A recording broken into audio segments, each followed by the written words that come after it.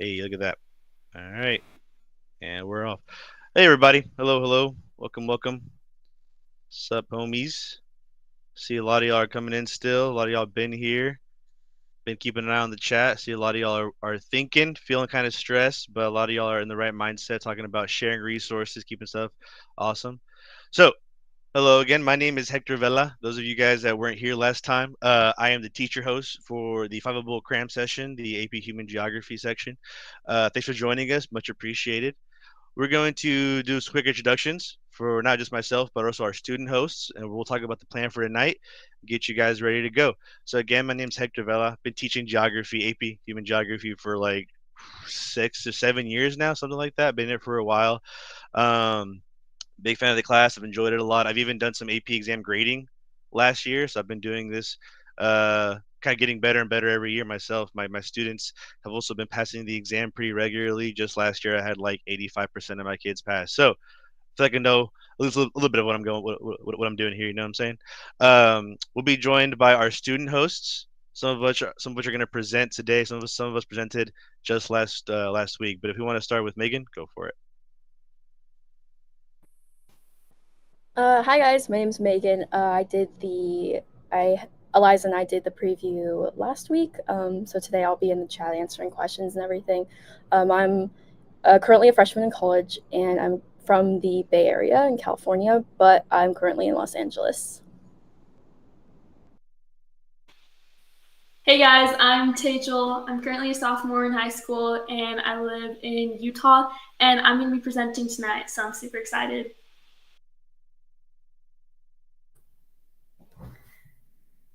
Hey guys, I'm Eliza. Like Megan said, I presented last time we did an AP preview, and I'll be presenting in our real cram, so make sure to check those out. But I'm from Central Florida, and I'll be in the chat tonight with Megan. Hey y'all, my name is Leah. I'm a sophomore in high school and I'm from Texas, and I'll be presenting with Tejal tonight. Awesome. All right. So went through the introductions. Let's talk about the plan for tonight. First and foremost, I'm going to have a button here at the bottom of our presentation screen where you can see it says find your slides and cheat sheets here. If you guys would like to follow along on your own at your own pace, you can check that out. You guys can click on the slides we're going to be using.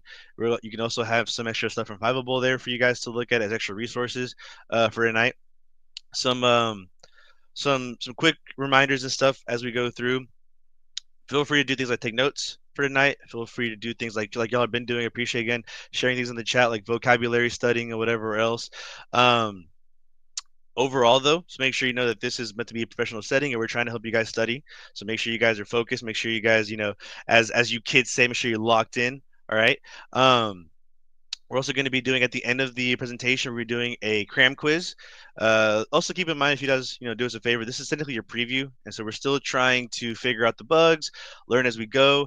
And, we're going to do our best to make sure things go smoothly for y'all. But we do ask for some patience if things end up a little bit, a little bit crooked on our end. All right. We appreciate that. So again, I'm going to leave that up for a little while. But again, at the bottom, you'll see it says a little button that says find your slides and cheat sheets here. Feel free to click through that.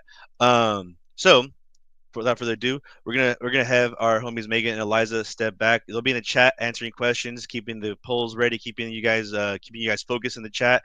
But yeah, Eliza, Megan, see you guys soon. And then we're gonna switch gears and talk about our main focus for tonight, and that is the cram session. So you can see here's our agenda. That was our welcome. We're gonna move through to Ayeshwara. Someone will get that to you soon, I'm sure. If you guys can help out our homie in the chat, get them the link to the chat. Much appreciated. We'll be doing the welcoming. We just went through that. Our content today is gonna be focused on Unit 6. Now, this is a preview. This is free preview. Hopefully, you guys are getting this handled. And it's going to be basically a short version of Unit 6. We are not covering everything in Unit 6. All right, because that would be a little bit too much. So we're going to cover what we think is some of the more important stuff in Unit 6. Okay. We're also going to do a little quiz at the end, and then just a quick Q&A, quick peace out. All right.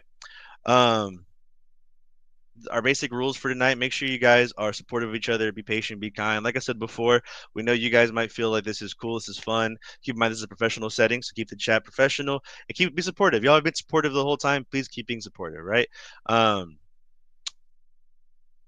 Like I said before, you feel free to take notes if you guys would like to. Feel free to talk about any reminders you guys might know. Like you guys mentioned the Mr. Sin thing earlier. That's pretty fire. I appreciate Mr. Sin. Is something that I recommend to my students. You guys should watch Mr. Sin. Heimler is somebody else. Someone mentioned in the last preview. I didn't know about them until recently. Stuff like that. And yeah, again, keep track of the Q&A for any questions that you guys might have that you didn't know to ask, right? You're the homies might ask, all right? And this is our schedule for the actual cram sessions. Fiveable has an actual cram session for you guys. It's a paid service, but it's pretty fire. In any case, our first presenter today is going to be Leah. So Leah, I'm gonna let you take over from now on. I'm gonna dip out. I'll be in the back. Oh wait, Tejel. I'm so sorry. My bad. Tejel. My fault. I'll get there eventually. I promise. Tejel is gonna be our first presenter. I'll be in the background again, answering any questions, comments, concerns you might have with Eliza and with Megan. But otherwise, Tejel, whenever you're ready. Good luck, everybody. Peace out, guys. I'll be around.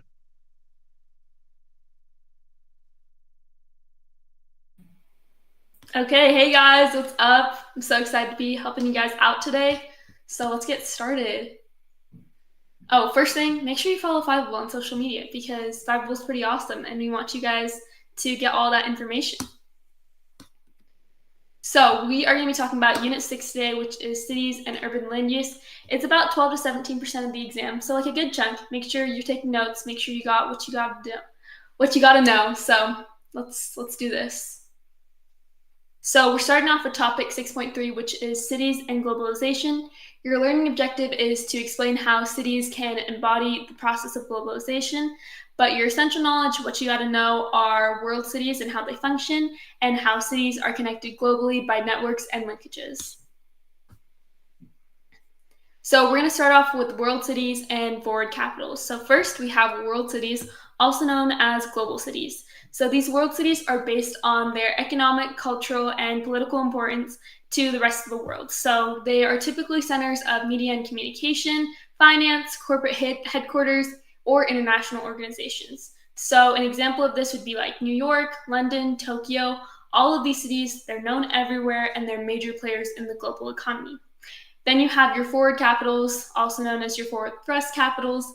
These are capital cities that were relocated from their original spot for some advantage. Sometimes it's to unite the outlying cities to the capital one, and other times it's just to symbolize a new beginning. And one example that I always think about is Washington, D.C. and how it was moved in the United States. So global cities act as kind of the central point, and a lot of the times they drive a sort of like connection throughout the world, and they do that through four main ways.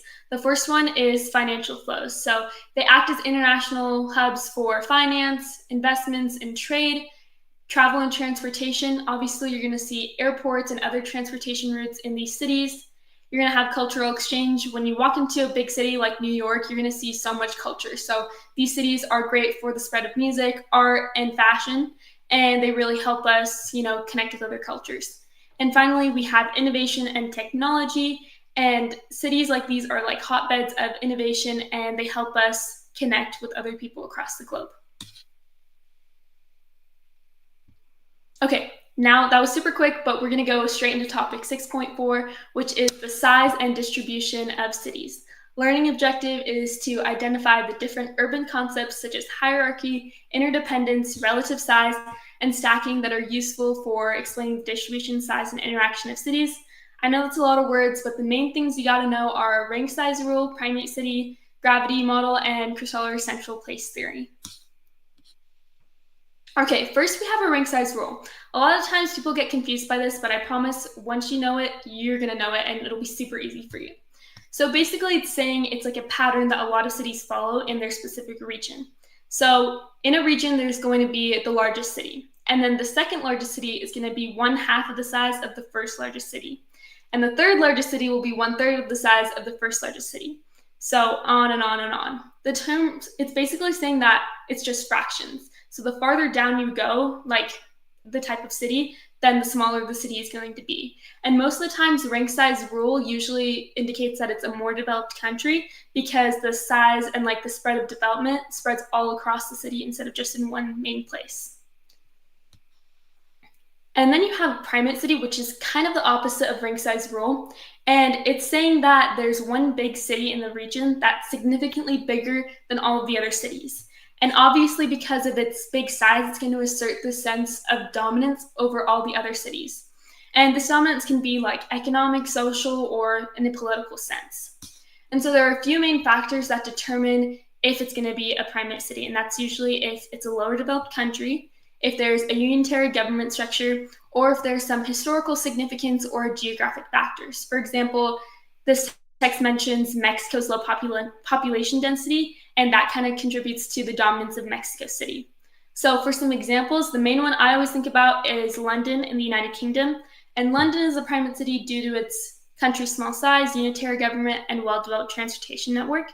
Mexico City is also a primate city, but there's a lot of challenges that are associated with its dominance. So if you're on the AP exam and you're asked to identify a primate city, I'd always go with London. It's the best one.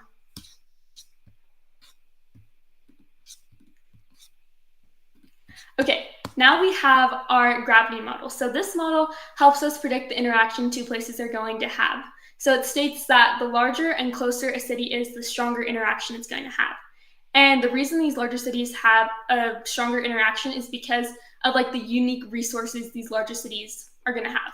So if we take a look at the model on the right, you're going to notice that the thicker the arrows are, the stronger the interaction is going to be. And so the big circle, the green circle, the arrow between those ones that are connecting these green circles are way stronger because they're bigger. Now, obviously, just like not every human is perfect, not every model is going to be perfect, and the gravity model has a lot of exceptions. And these are some specific ones like Las Vegas. So Las Vegas attracts a lot of attention, not necessarily because of its big size, but because of its tourist spots. And places like Mecca and Jerusalem isn't that big, but it's a big religious historical spot, which makes it super popular. So the gravity model works in some senses, but just because of like tourist spots and historical significance, it doesn't always work. Okay, now we have central place theory, which describes the spatial distribution of cities. It focuses on like central places, and it's pretty much saying that in every region there's going to be one main city, and surrounding that city will be smaller cities and towns. So each central place has a surrounding market area, and it's kind of like the region it serves.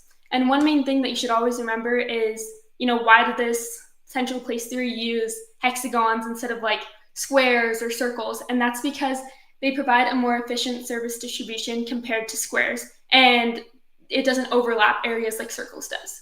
And so for nesting hexagons, different sizes allow for hierarchical distribution of central places across a region, which is really important in central place theory.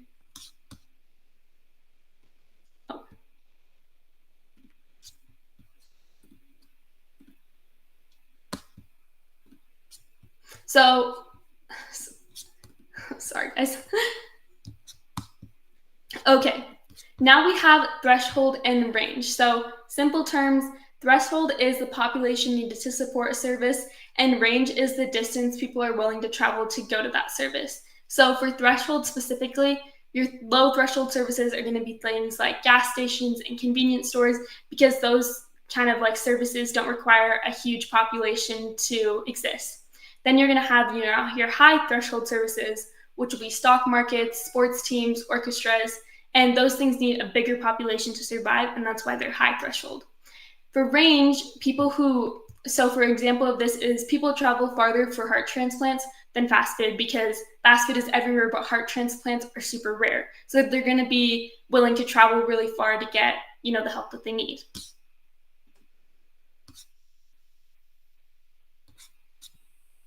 Okay. So today, so I'll be taking over now. My name is Leah, if you don't remember, and I'm going to start talking about topic 6.5, which is the internal structure of cities. And I remember looking at the chat earlier. I know people were talking about city models and everything, but we're going to get into that. So like I said, we're going to talk about city models and just explaining why certain city models look this way, and just talking about the important parts of a city. So urban models, they're just basically a simplified representation on they're based off of real cities, and they're not always going to be correct. Different urban models will change, and sometimes they'll have exceptions like every other model. But they do all share some common characteristics. First is they're all going to classify and categorize land use, and they're going to do that by breaking them into different functional areas. So if they're going to have a residential area, a commercial area, or any type of area, they're all going to have a functional zone. Next is spatial segregation, and that's going to describe how lands are used and why they're used there. So why are commercial areas concentrated in the city center versus outside the city? And then next is explaining location, and that's just going to try to explain, kind of goes with spatial segregation. It's going to explain why it is, it's going to explain, I don't know how to say this. It's going to explain why it is where it is. Yeah. So one of the most important things you need to know before getting into city models is the central business zone, which is also known as a CBD. It's just the commercial heart of a city. It's usually also going to be called downtown. That's what I call my central business zone. And it's going to be located near the city center or the original founding point. And it's going to act as a main hub for transportation because you're going to have all those highways, those railways, anything going into those CBDs. And also it's going to act as a main hub for services because all those shops, all those professional services are going to be located in the CBD. So all CBDs, no matter where they are usually going to share a common characteristic, and that is competition for space. So the land in a CBD is a lot more expensive, so you're going to have a lot more competition. And because of that high cost and that less land, it's going to create two different things. So in a US city, you're going to have skyscrapers and underground networks, and they're going to be built up rather than out. But in a European city, they're going to build out rather than up just because of where they're located. And then the next characteristic is limited residential and manufacturing, just because, like I said, the cost of land is high and there's not a lot of space. Manufacturing and those places where people are living are going to be outside of the CBD. But if people are living in the CBD, it's usually going to be in apartments just to maximize that space. So a little bit more about the CBD. We talked about transportation a little bit, but like I said, all those major networks for transportation are going to converge in the CBD. So they're going to be going to the CBD and from it just to make sure that there's an easy movement of people and goods. Next, services. Like I said, there's going to be a lot of professional services, including banks, accounting firms, law firms, just because there's so many people and so many businesses in that CBD. And because there's so many businesses in that CBD, a lot of other people and businesses are going to benefit from just being close to each other. Next is retail, and a CBD is going to have a variety of stores. There's going to be high-end stores, there's going to be department stores, there's going to be any store you can think of is going to happen in a CBD. And the reason that I will mention this, the reason that retail is in the CBD is because, like I said, that transportation is bringing in so many people and that's bringing in so much money, and they can afford to be in that central business zone. So like we said earlier, there's a competition for space in a central business zone, and that's going to create some unique characteristics that you're only going to see in kind of that downtown area. So you're going to see a dominance of those higher level activity jobs such as banking, financing, any other type like that. And yeah. So functional zonation. It's a lot of words. There's some words, there's a lot of letters. It sounds confusing, but it's really not. So what it is, it's the principle that suggests that urban areas can be divided into distinct zones. So it's like if you look at this map right here, you're going to notice that different colors are going to represent different areas. And that's basically just what it is. It's breaking down a city. And these zones aren't always going to be clearly defined boundaries. Like you're not going to go to an actual city and be like, oh, I'm leaving the residential zone. No, it's going to be kind of a more of an area rather than an actual boundary. And what these models are going to help you do as a geographer and as you're on your AP exam is going to help you understand how and why cities develop. So example, as towns grow into cities, you're going to see more zones emerge just because they're getting bigger. You're going to see people move outside. You're going to see that residential area move away from the central business zone. You're just going to see more creation of zones. So the mid-rent curve, which is another really important thing when you're looking at city models, is it's this kind of weird looking graph over here, but it's really easy to understand. It's probably my favorite thing to talk about in AP Human. So what it is, it's the model that shows the relationship between the distance from the central point in the city and how much people are willing to pay for that land that they're getting. So when you get really close to the central business zone, that land is going to be crazy expensive just because you're bringing in so much people and you just have a lot more benefits. Versus when you get kind of further out into this residential zone, the land's going to be cheaper because you're going to be further away from that CBD, and just because people aren't willing to pay that much land. Like, why would I pay the same amount of land when I'm 2 miles from a city versus being right next to it? And usually for the majority of cities, you're going to see a negative slope when you're looking at the bid rent curve, just because, like we said, distance from the CBD increases, the amount you're going to pay decreases. So it's that kind of, can't think of the word, but this opposite reaction type thing. Like we said, land is just less desirable from that's further away, and they're going to not want to pay that much.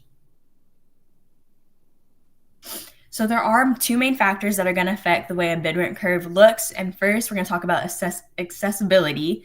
And like we said, locations closer to the CBD, they're going to get more resources, they're going to have more transportation, more customers. That's going to bring in more money, which is going to allow them to have a higher revenue and pay more money for that land closer to the CBD. And next is land use synergy, which is how businesses close to each other, often actually businesses close to each other are going to want to be kind of close to things that share them. So like a clothing store is going to want to be close to a clothing store and vice versa. And just because they're going to be bringing in more customers, like, have you ever gone shopping with your friends or something and like you go, oh, we'll go to one store, but there's like an H&M next to it, and then you just spend all your money, because you have store after store after store, and that gets some money. They know what they're doing, trust. But yeah.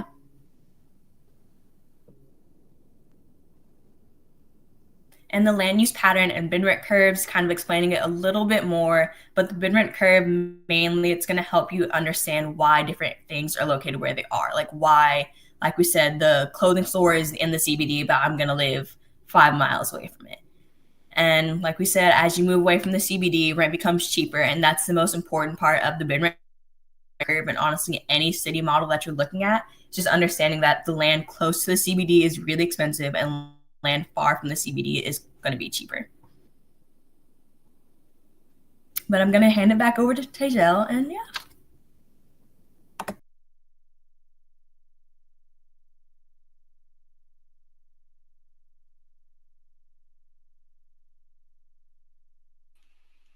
Hey guys, did she leave? Don't even worry, I'm still here. Okay, she's back. It's JK.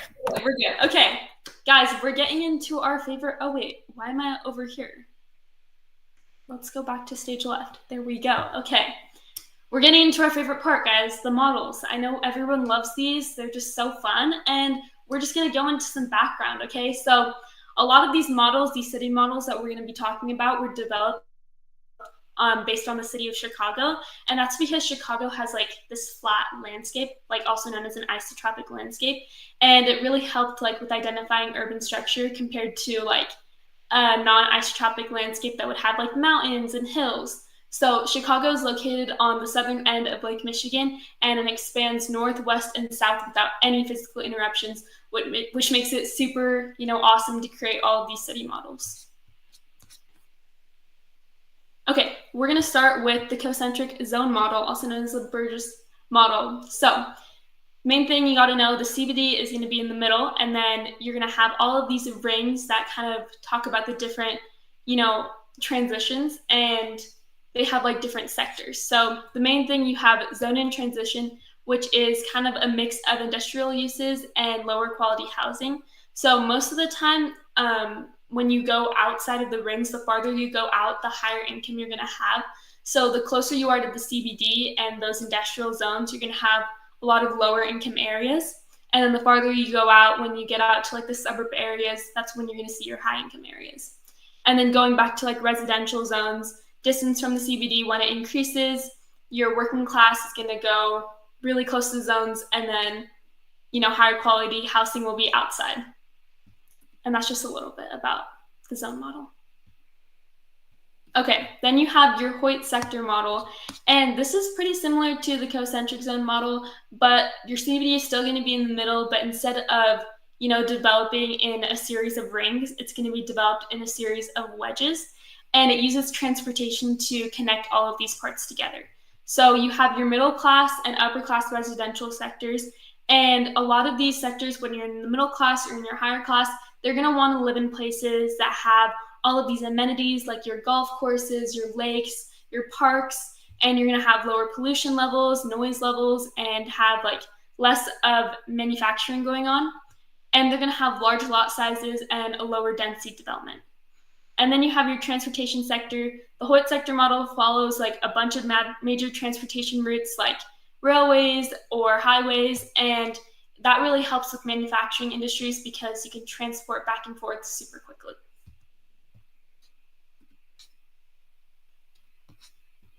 Okay, then we have the Harris-Ullman multiple nuclei model.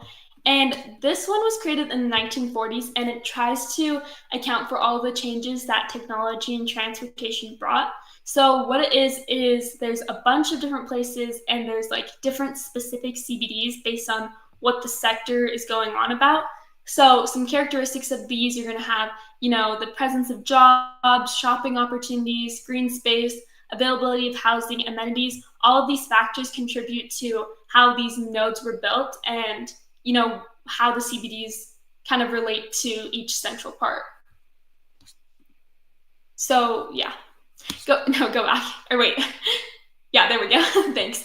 So going a little bit deeper into each one, we have, main areas where you're going to have like different CBDs based on what's going on. Obviously, you're going to have your central CBD, which is going to be your largest and most diverse node. It's going to have a lot of like big office spaces and retail areas. And then you're going to have your wholesale and light manufacturing districts. And this is where a lot of wholesale is happening.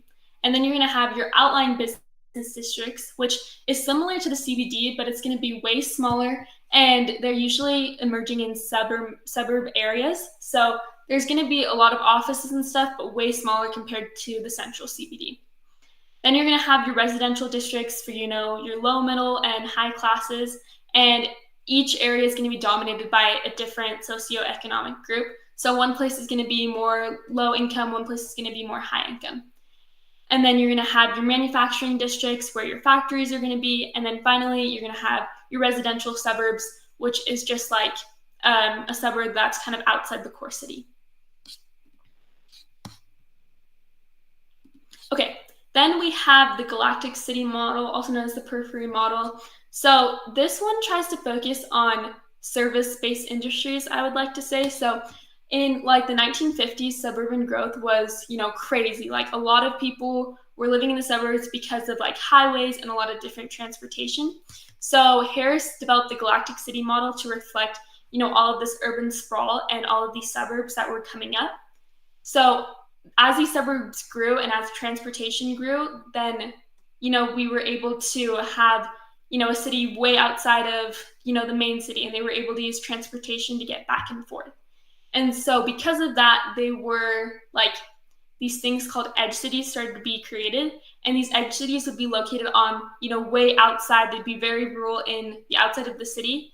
And they'd be like their own little mini city, but they would just have like office buildings, they would have homes, they would have all these transportation routes, and they would just be located outside of the main area.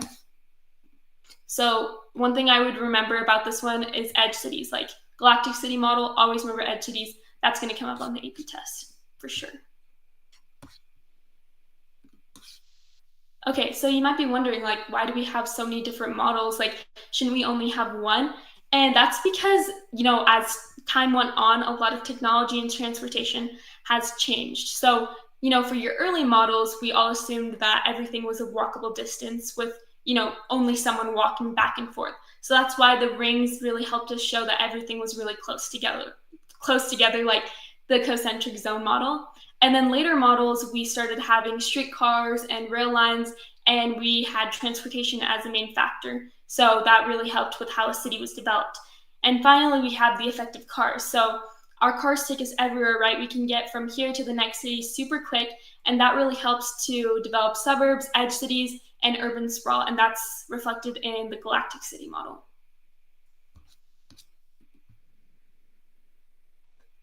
Okay, going back to the Hoyt sector model, there's two main things that you need to know about the industrial sectors and low-income housing sectors. So for industrial sectors, a lot of the times there's a lot of heavy manufacturing, and transportation routes are essential because people need to move the goods really quickly and efficiently. And a lot of industries are located near their raw materials, so they can easily get those raw materials and then transport them out and manufacture them. And a lot of the times, this is where we see the term of agglomeration, which is saying that factories are going to locate near areas with a readily available workforce with the necessary skills. So it's saying like a lot of companies are just going to come together, like really close together, because they all are kind of the same. Agglomeration is kind of hard to understand, but that's like the main point of it. And I'd encourage you guys to write it down. Make sure you know the basics of what it means. And then you have low-income housing sectors.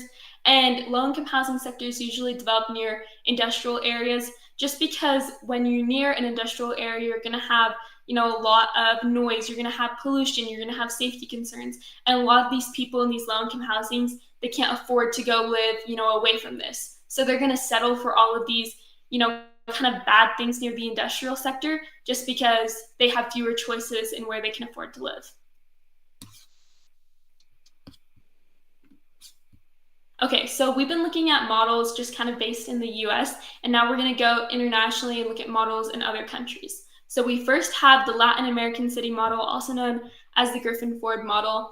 It's kind of similar in the sense that the CBD is in the middle, but instead of one CBD, there's two CBDs, and it's like a dual one, and it focuses on a traditional market center and reflects historical commercial activity. So I would remember dual CBD as one thing. And from the dual CBD, you're going to have a spine, and then it's going to go straight to the mall. So one thing that you should know about these Latin American cities is that there's a huge thing of socioeconomic segregation. So as distance from the center increases, lower quality housing decreases as well. So on the spine, you're going to notice that a lot of high-class people live there. A lot of like good jobs and good housing is going to be there. So you're going to have great housing. But then once you get out to the outer ring of the city and kind of the edges, you're going to have poverty, lack of infrastructure, and poorly built housing, also known as like shanty towns. And you're going to also have like disamenity zones, which is kind of saying like they don't have the basic rights and the basic services that would be like normalized in a regular city. So Latin American city models, they're great, but there's a lot of segregation. You're going to see a lot of poverty and a lot of disamenity zones. Then we have European cities. The number one thing that you should know about European cities is their historic cores. So their CBDs are all going to be based on, their past. So Europe was known for a lot of, their medieval times and a lot of their palaces and historic characters. So their CBDs are going to be very distinct in their historical character. And one thing that is about Europe is that they have, a lot of less space. So their suburbs are often going to be high-rise apartment buildings, which is going to lead to a lot of big population density rather than, the typical American suburbs, which are usually far off and really not close together at all. And then finally, with immigration and diversity, a lot of international immigration creates this sort of like ethnic diversity in European suburbs. So for an example, we have North African migrants in suburban Paris or South Asian migrants in suburban London. Okay, now we have Sub-Saharan African, the model. So one thing is there was a huge period of rapid urbanization. So in the past, large cities weren't really a big thing. So they had already built their kind of main cities. But then because of rapid urbanization, a lot of these larger cities were built on top or near the previous cities. And Sub-Saharan African models are really cool in the fact that it shows a lot of their past and their influence from, their European colonizers. So one thing that you can tell from that is their layered CBDs. You have a traditional CBD, which is, the pre-colonial times. It's just narrow streets and it's often not very organized. And then you're going to have your colonial CBD, which is after the Europeans like colonized parts of Africa. And these are going to have, broad areas, large homes, parks, and everything's going to have this sort of European feel to it. You also are going to have market zones, which are informal businesses kind of like selling stuff, and it's not going to be very organized. There's going to be no stalls, and they're going to be coming from stalls or cars. And you're going to have mining and manufacturing zones. Residential segregation is also a big thing. A lot of people are segregated by ethnicity. And finally, you're going to have informal settlements, which is a lot of these sub-Saharan African city models have a lot of informal settlements, and this kind of is going back to the disamendu zones that we learned about in the Latin American ones. They're going to be lacking a lot of basic services, and because of that, there's going to be a lot of problems such as crime, drugs, and disease, and all of these are super big challenges.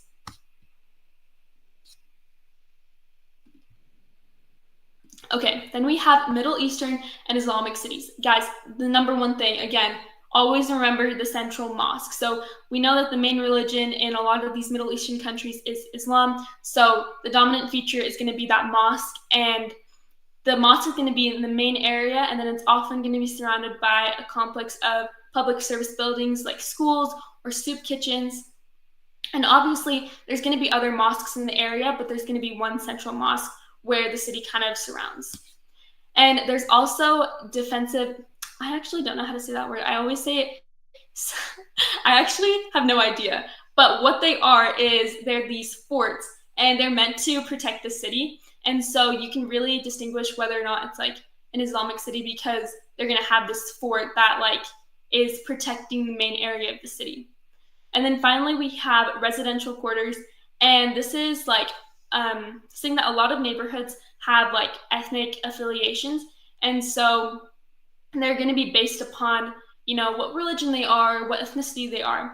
And these neighborhoods either have, twisting streets with dead ends, or they're going to have homes with central courtyards. So kind of like two totally different things, but that's what the residential quarters look like. Okay, this is our last model. We have the Southeast Asian city model, also known as the McGee model. So the one thing that's totally different about this model is that there is a central port area. So the colonial port zone, it focuses on like the core of the city. It's going to be your main part. And a lot of the times, like it's because of this port zone, a lot of people wanted to trade with these countries. So that's why that's going to be the main area. You're also going to have government and foreign influences because of, colonization again, and also all of this trade. There's going to be a lot of influence from foreign merchants and embassies. You're also going to have market gardens, which is a belt of gardens like that supply fresh produce. And in some, South Asian cities, you're going to have a lot of Chinese influence, which is like because of a history of Chinese immigration. And then finally, you have industry growth, which is, an importance of industry that has grown in decades. So industrial parks and manufacturing areas have emerged on the outside of the cities rather than, near the port.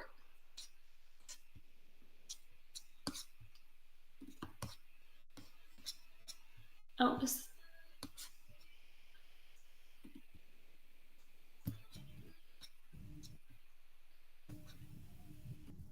Wait, can you go back one?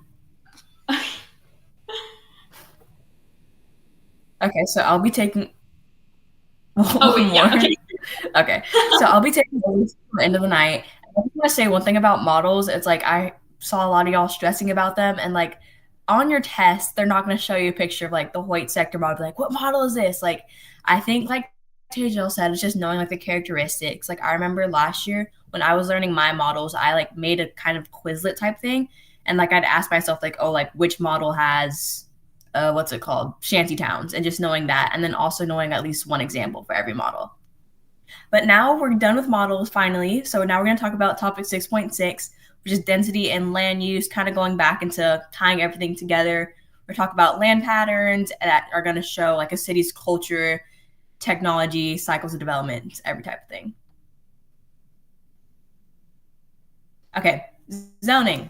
So zoning ordinances are just kind of regulations that are going to define how land in a certain area can be used, and that kind of ties into the whole thing of just urban planning. And there's usually going to be about three main types of zoning ordinances in an area. So first is residential zones, as you can tell by the house, and like residence, like you're living there. That's where people are going to be living. And so there's going to be areas for housing, and there are different types of housing. You're going to have a single family home, a multifamily home, apartments, low density, high intensity. It doesn't matter where. It's just if people are living there, it's a residential zone. Next is commercial zones, which are areas for business and selling goods and services. kind of that's going to be more towards the central business district of an area because, like we said, they're going to get more money than a residential zone is. And you're going to have retail stores, which can be broken down into shopping centers, strip malls, freestanding stores. You're going to also have those office spaces, like we said, because they're going to be like benefiting from having other businesses around them that they know are going to need their services, and they're going to have restaurants and entertainment as well. Next is industrial zones, which are areas for manufacturing, and they're going to have either heavy industry, which is producing large types of goods like machinery. They're going to do like a lot more stuff. You're also going to have light industry, which is going to be smaller scale manufacturing. You're not going to need as much.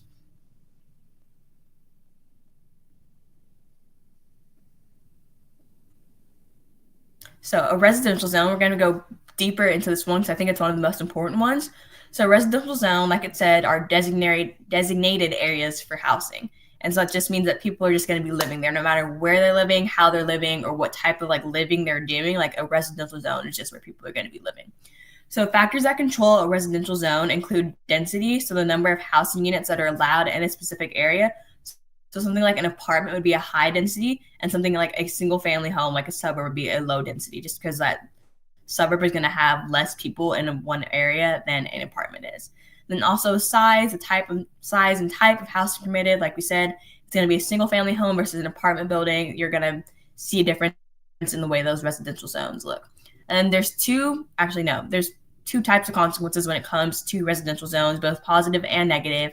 And first, to talk about the positive one, it's like you can control the aesthetic of a neighborhood. So like if you want your suburb to look a certain way and like have these houses built a certain way, you can do that in a residential zone. But a negative impact is you might limit the amount of people and like the diversity and that ethnic diversity, that socioeconomic diversity that's going to be allowed in a neighborhood if you're going to control that aesthetic and just have a certain residential zone.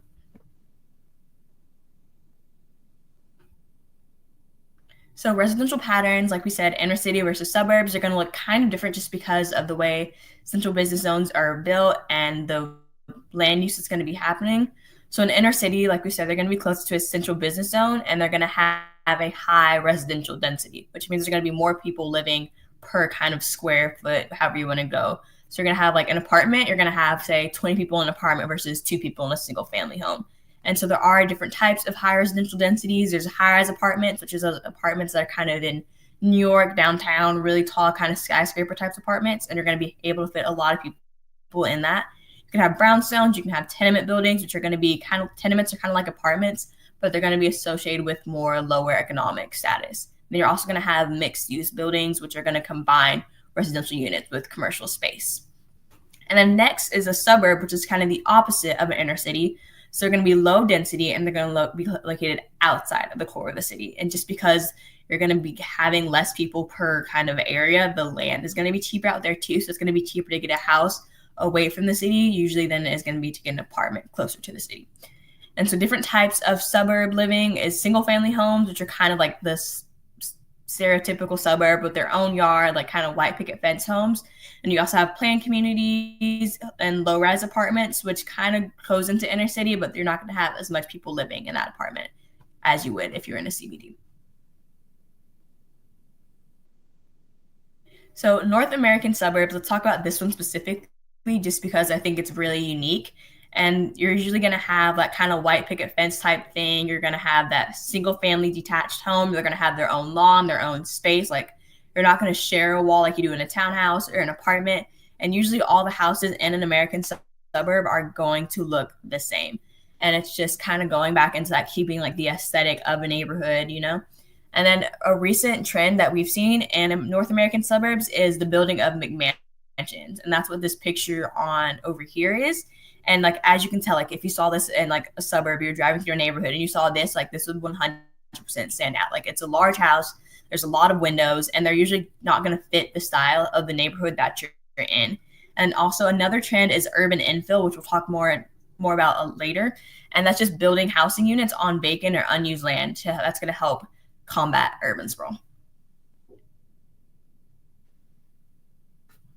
So changes in the urban and suburban areas. So there's three main things that I want to talk about. And I'm just going to tell you, like, this is why we've seen changes over time. This is why people are moving from the city to the suburbs and vice versa. So first is filtering, and it's the process in which a neighborhood changes over time. So let's say you have a wealthier group living in this area, and then that wealthy group moves to a city. And now you're going to have a kind of less wealthy group with like that middle class living there now. And then it's just that pattern's going to keep going. Middle class is going to move out, lower income is going to keep moving in and in. And it's just going to have that ripple down effect on that social and economic scale. Next is invasion succession. Can't say that word, but it's just a specific type. So you know what an ethnic enclave is? It's a neighborhood with a high concentration of a particular ethnic group. So let's say like that's like Chinatown or something. Let's say Chinatown, that ethnic group changed. That would kind of be that invasion succession where you're going to have one ethnic group and then that group is going to switch out with another one. And it's still going to be an ethnic enclave, just a different ethnicity. And next is gated communities, which is a planned suburban development with controlled access. So like kind of like if you've ever driven past a neighborhood and like you can tell like you have that little call-in type thing, like you have to like press a button and the person will like let you in and open those gates. That's those type of things. And they're usually going to have strict security, high regulations, and just that HOA type stuff. So the suburbanization of businesses, and like that's what this is right here. Like this is this picture. It's not something that you're going to see in a CBD, but it's going to be something that you see closer to a suburb. And that's just going to be the movement of business from the city to the suburbs because that rent is going to be cheaper and there's it's a shorter drive for residents. And those, even if you're living in the suburbs, sometimes you still need that place to go. And you don't always feel like driving all the way out to the city, no matter how far or how close it is. And usually when a business moves from the suburbs or the city to the suburbs, you're going to notice a few things. It's either going to be in a strip mall, which is what this thing right here is like there's no individual parking for every store. You're going to park in one big parking lot and you're just going to walk to whatever store you need to go to. You can have a shopping mall, which is kind of like a strip mall, but it's going to be one big like building, I guess. And like you're going to have individual stores in each building. Like we said, you just walk to whichever one you want to. Then you could also have a big box retail store, which is different from the other two because you're going to have a large store that's going to sell a wide variety of goods. So residential use outside North America, because it's important to know, like, not everyone taking this test is going to be in North America, and it's human geography, like we're talking about the whole planet. So it's just important to know places outside of the United States. So certain practices have been historically used outside of America to keep racial segregation, and it's just, I don't know what else to say about this. I don't know how to explain it, but like gated communities are coming, like we said, gated communities on the previous slide, but like it's going to be strict regulations, and you're going to have a certain way you want your house to look, or you're going to have a certain way you want your neighborhoods to look. And that's just going to help maintain that racial segregation. Usually places like Europe and stuff where they've had a harder time desegregating, and yeah. So like we said, urban infill, which is one of the coolest topics to me ever, but it just, I don't know where I want to start with this, but it's just going to help tackle urban sprawl because you're going to develop on a land that hasn't been used in a while or it's being underused, and it's going to be within existing city limits. So you look at this picture right here, you're going to notice like the first picture on this left, there's a lot of empty space and there's just like not a lot going on. And then after they had the urban infill, you're going to notice there's a lot more space, utilizing a lot more space and just using all that resources that they have. And so some ways to achieve urban infill is you're going to convert industrial sites. So you're going to take a old factory or warehouse and turn it into a residential or commercial space. Next is building on brownfields, and that's going to help take like a previously contaminated area, and that's going to create a safe and sustainable environment, and that's just going to be better for everyone around you.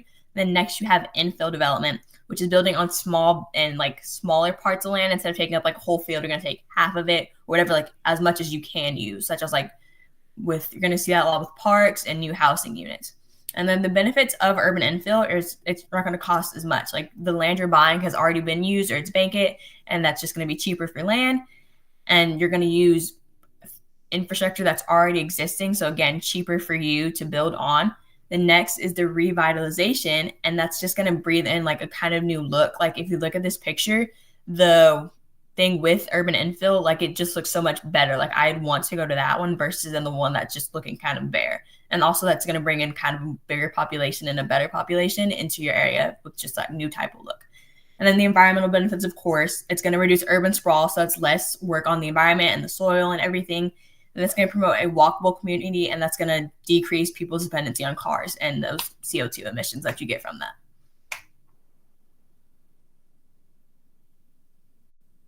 And density and culture, like we said, high density living, it's usually going to be in CBDs. So like when you hear high density living, I want you to think New York, like that kind of fast paced, busy lifestyle, because they're all so close together.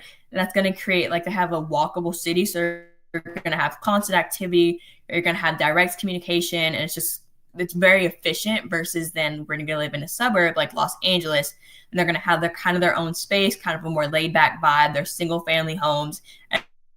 And the people in the suburbs are a lot more dependent on cars than people in high density living areas. And like we said, that's just going to create kind of a slower pace versus that like high paced, fast lifestyle in New York.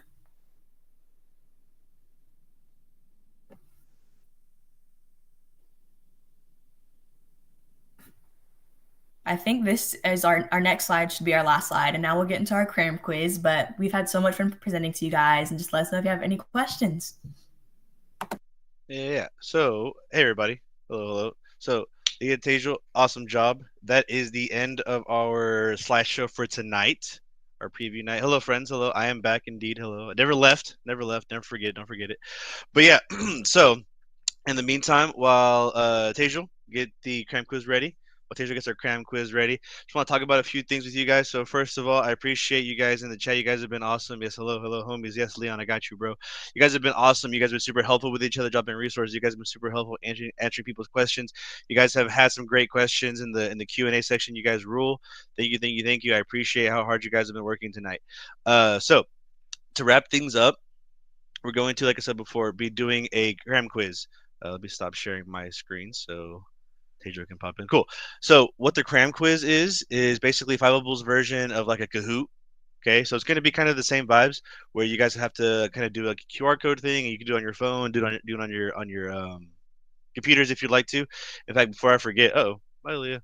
Oh, she comes back soon. Let me where to go? Okay, I need to hide this one. So if you didn't get the slides and cheat sheet yet, I'll repost them again at the end of the night as a reminder. But I'm also going to pop in the Cram quiz. Uh-oh. All right, Tejal. Well, she'll come back if she gets back. No sweat.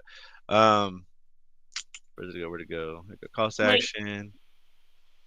Am I not here right now? Oh, that's really creepy. We can hear your voice, Tejal, but we don't. Yeah, we don't see your screen that's anymore. A little okay. That's awesome.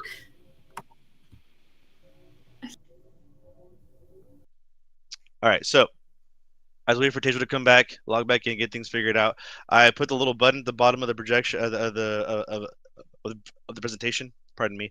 You can see it says Cram Quiz Unit 6. Once Tejal gets situated and stuff, you'll be able to follow along with the quiz. I think I can also do it on my end as a so go ahead and present my screen so you guys can follow along there.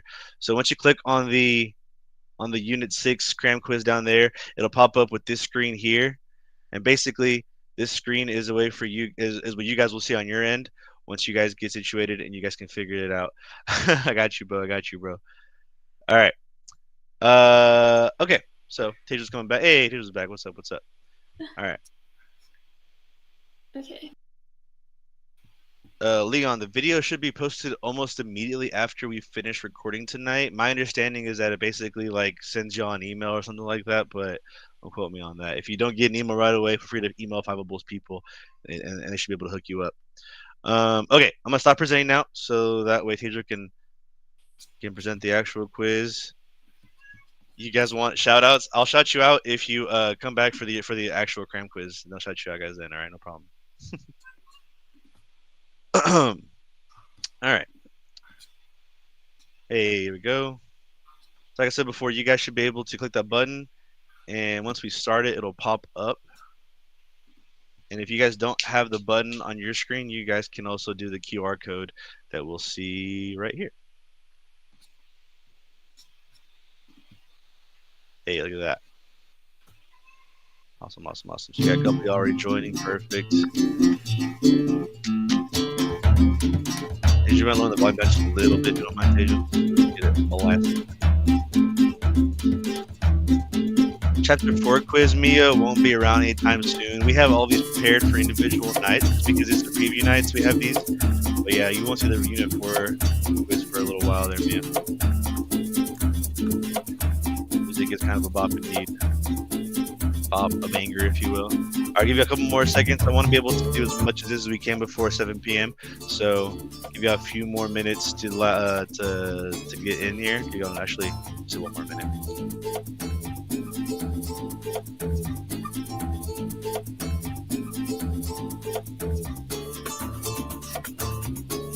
Not yet, Rachel. I'm going to start in a couple more seconds. I'll start at exactly 6:55.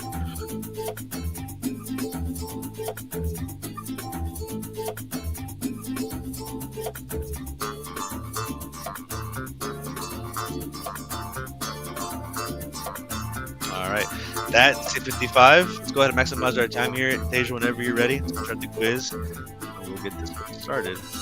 All right, y'all.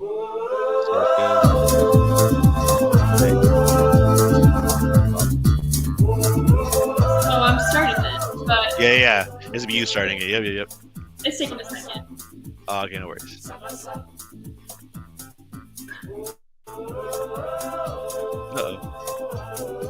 So we do these preview nights to figure these things out. It's all good. Oh, did it work? Well, guess we'll find out. It's blinking a lot, so I think maybe you clicked a lot and it's just kind of working through there. Let's see.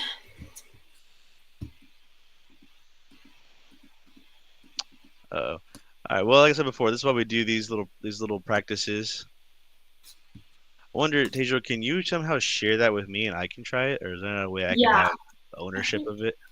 I'll share it with you. Okay. Yeah, we're trying, Claire. We're trying. I got you, homie. It's just technical difficulties. You know what I'm saying? I'm trying, bro. I'm trying, Leon. I got you. Let's see if this works. See if I can have ownership of it. Yes, I do. All right. So let me go ahead and share my screen with you guys, and I'll be the one running the quiz to get things ready for us. All right. So if you're not in, I'm sorry. We're going to start right away. Like I said, I want to maximize that time. So let's go ahead and get started. 3, 2, 1, start quiz. All right. Well, what does the term urban sprawl refer to? See a lot of y'all 7, 13, 19 y'all responding. Urban sprawl, what's it mean? I'm gonna wait till we get about 100 people responding before we reveal the answer. I'm gonna say, how did you write, Leon? I can't write on this, but all good. We're practicing. It's all practice. All right, the 100. You haven't responded yet. I'm sorry, but I want to get to some questions, so we're gonna reveal answer. 3, 2, 1. What do we get? All right, look at that. Most of y'all came through correct. Very good. Urban sprawl, remember, it's in the word, right? It's the idea of urban areas sprawling out, right? Spreading out, urban cities kind of going shoom. And so big, we'll call them, I guess not consequences, but we'll call them perpetrators of urban sprawl. Cities like Houston. I'm from Texas through and through, H-Town baby, and Houston, Texas is one of the worst examples of urban sprawl you've ever seen. They never, ever want to build up. They only ever build out. And so Houston commits urban sprawl through and through. Someone did hit the letter D, but we're not going to talk about that. We're here positive. Okay, thank you, user long series of numbers for coming through and being honest. Next question, please. Let's go. Analyzing world cities using global city rankings.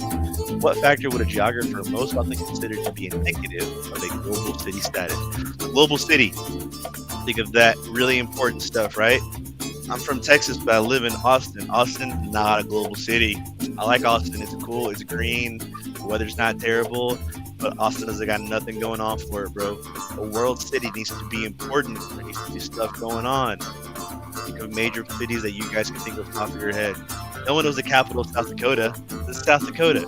Sorry if you're from there. Sorry, that's tough. A few more seconds to right, that's 100 people. We're gonna go 3, 2, 1. Reveal answer. All right, look at y'all, international financial services presence. So the idea of high industrial workers, high percentage of industrial workers doesn't necessarily imply it's an important city, right? In fact, I would argue a city that has lots of people doing industrial work doesn't have a lot going on for it culturally or financially, stuff like that, right? Because it's busy working. It's not busy doing things like the arts or banking and stuff like that. All right, we're gonna do one more question and then we gotta close out, guys. All right, one more question, close out. Here we go. How does the global shift towards a post-industrial economy predominantly affect urban areas in developed countries? What y'all think? So the idea of like the economy moving from what was essentially like, we'll say, chill agricultural and stuff to industrial to now post-industrial, right? How does that affect developed countries? What happens? Oh, you want to say, did you hear my cat feeder go off? That what happened? Yeah, my cat. I have 3 cats, but you can't see them because they're running around. They're all eating. All right, couple more seconds. Let y'all catch up to get about 100 or so. All right, here we go. So here we go. 3, 2, 1. Reveal answer. So there you go. The idea of it lends to an increase in service sector, information, and technology jobs. Remember, and this is a Unit 7, kind of Unit 6, right? Geography is never isolated. Everything's connected. And so this is a Unit 7/Unit 6 question. The idea of the economic sectors being geared towards that like higher level economy, meaning that we're past industrial. So we're past primary sector. We're past secondary sector. Now we're in that tertiary, quaternary, and quinary sector. So there's a lot going on there. All right, guys. So that's gonna have to be the end of our cram quiz and the end of our preview night. I'm sad to say that's the extent. It's been nothing shy of awesome hanging out with you guys. I'm gonna bring our homies Eliza and Megan back in here just to say goodbye, say peace out. Want to remind you guys of a couple of things. First and foremost, at the bottom where you guys found your slides and your cram cheat sheets and the Unit 6 quiz link, I'm also going to put a survey. This survey is a feedback survey. We'd really like for you guys to fill that out just to give us some feedback about tonight. We know this is a preview night, but we want to do as best as we can to like, help you guys and do right by you guys. You guys are giving us your time. You guys, some of y'all are going to end up paying for this. We want to make sure we do as good a job to make sure you guys do really good on the exam. Exactly. Nobody is cooked, Anna. So that being said, please fill out that survey at the bottom of the presentation screen. It's a little green button that says survey, exclamation mark. Please fill that out. Give us some honest feedback so we can do right by you guys. As a reminder, our cram sessions start May 2nd, 7 p.m. Eastern time. Okay. We'll be covering every single unit. We'll be doing test prep. We'll be doing multiple choice practice. We'll be doing FRQ practice. All of our hosts that you saw here tonight, including Leah, I know she's not on the screen, but she's here. She'll be there. Everybody here will be there. I'll be there running some of the test prep stuff at the end of the cram session. And yeah, so again, we appreciate y'all's time. Y'all are awesome. Y'all have a good rest of your evening. All right, get some rest. Tomorrow's a school night. No more Fortnite. All right, peace out, guys.